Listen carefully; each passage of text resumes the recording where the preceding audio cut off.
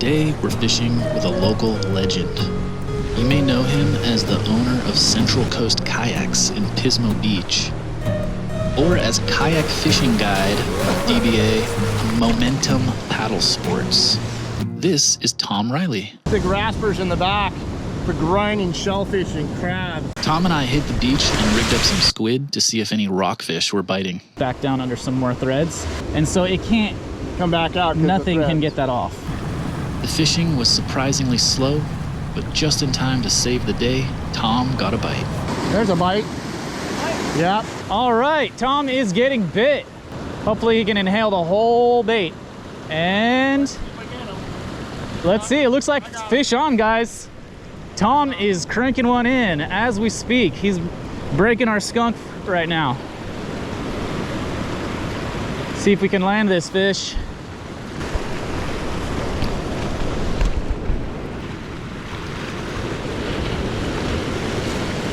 What do we got? Little grassy, it looks like. Sweet, man. Little grassy rockfish. Baby cat. Oh, a Cabezon. Couldn't resist the chunk of squid. Yeah, I'd probably get about 12 inches or so. Beautiful looking little fish. Yeah. Those big raspers in the back for grinding shellfish and crabs in there. You'll find these guys in the shallow water, really, all even the deep, right around Rocky Reef. They don't really have scales. They're almost like a skin, like a catfish. Yeah. And then you can see this slippery, beautiful, wide, but not slimy. No, not slimy at all. These beautiful wide, they can almost walk on the bottom. Yeah. When they're looking for critters. And Really you can see pretty things, looking. the worms are living on them. Oh yeah, look at that worm living on him right there. All right, buddy. Let me put you back in. Adios. Tom. Yes, sir. Tell me about yourself, man. How did you ever get started fishing? How did that get started? Well, I was lucky enough when I was young that my buddy's dad took me out fishing. My dad was always working. Boats, all kinds of things. And they were just, so I learned from them and just had a passion for it and fish all the time. I spent summers up at my grandmother's cabin at a lake in the summer. All I had to do was fish. Lake Arrowhead? Oh, Arrowhead? Yeah. Right. So was this all happening down in like LA area? Yeah, I go down in LA. What lakes did you fish? Castaic. Which lake? Castaic, Castaic. Pyramid, Quail. And we fished the beach on occasion down in Santa Monica for perch, halibut. And then how did you end up from LA to San Luis Obispo? How did that transition happen? Well, I lived in LA till I was 19, moved to Santa Barbara for college, transferred up there. Nice. Lived in Santa Barbara for 10 years, worked at the Channel Islands. Santa Barbara for 10 years, worked at the Channel Islands? Yeah. We would fish off the boats and dive, spearfish, all kinds of fun stuff. And when I was in college, I got involved in kayaking.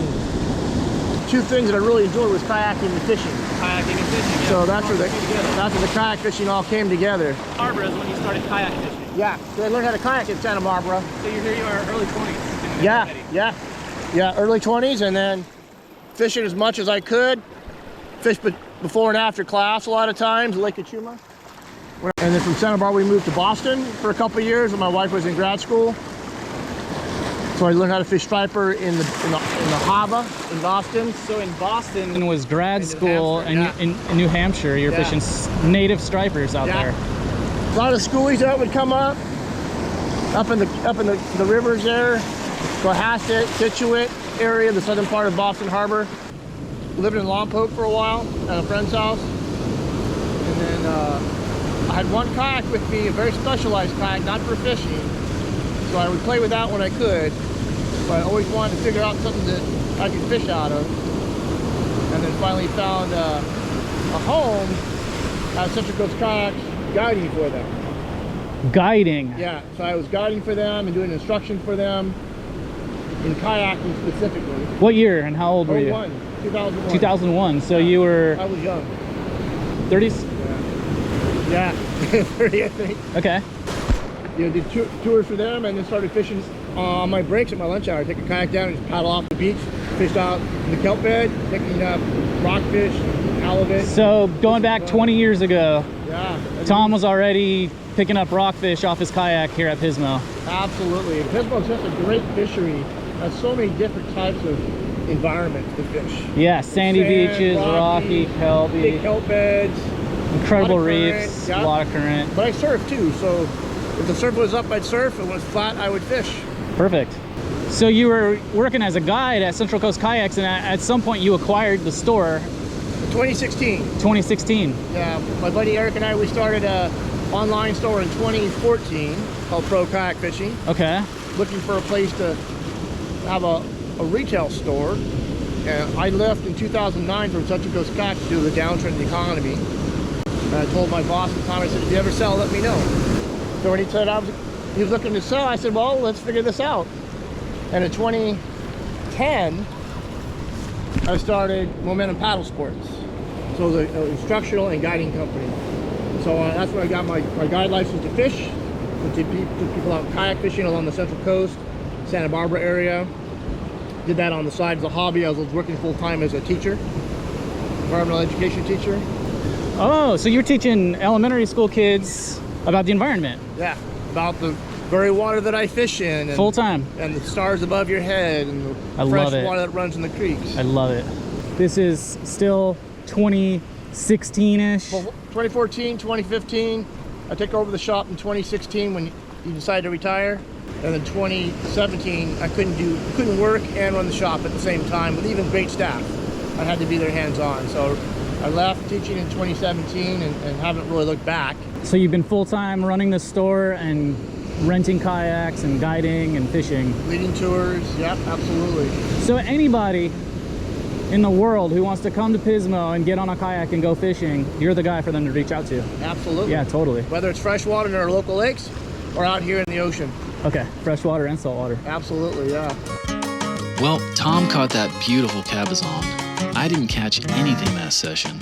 So a couple days later, I came back on my own with more squid and just stood around for 3 or 4 hours. Run out of time.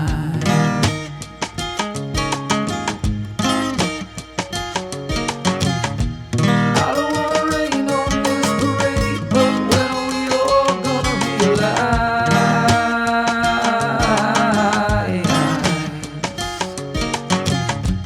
Hanging on the trees, smoking leaves that we just cut down as the wind begins to blow.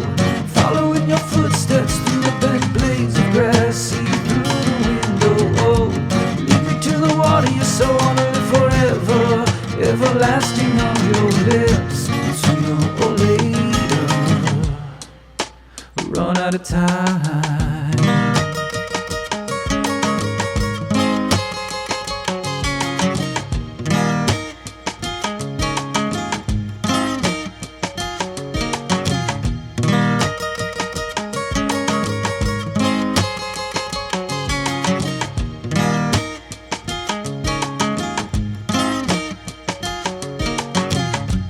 Hanging on the trees, smoking leaves that we just cut down as the wind begins to blow.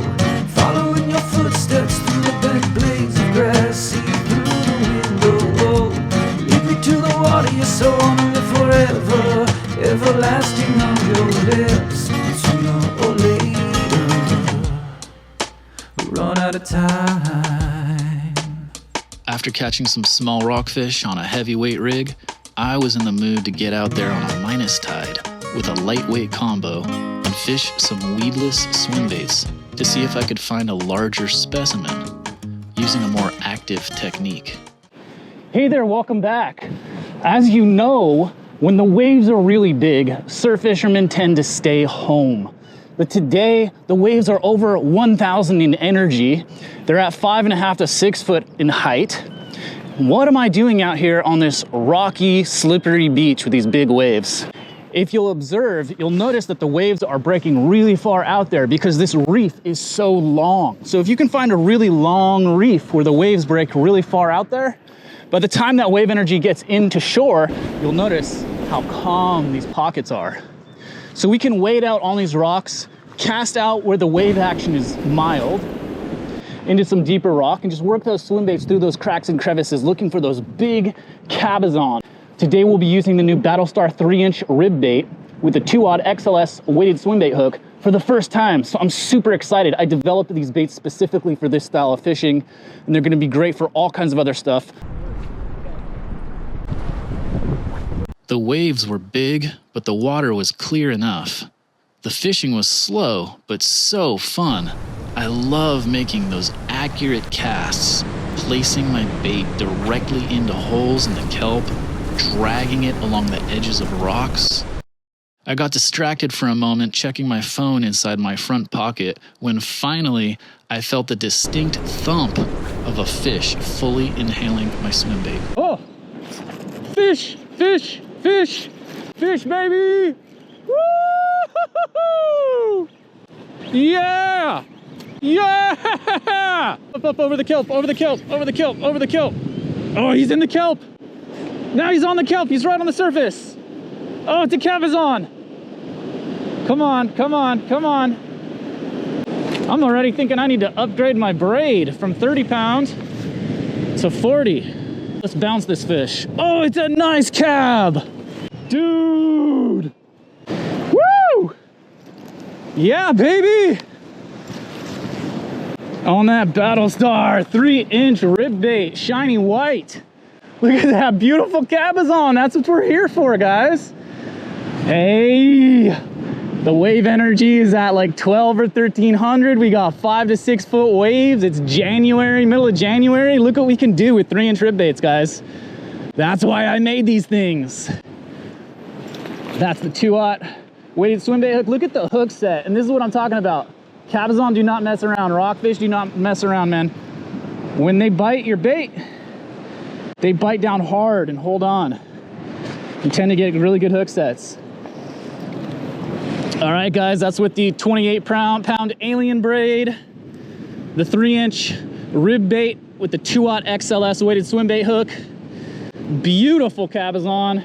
I do believe she's legal. Not a lot of color on this fish, as far as I can tell. So that gives us an idea of what it looks like down there. Kind of dark. We can see this fish is a 1/2 inch over. We are looking at 15.5 inches.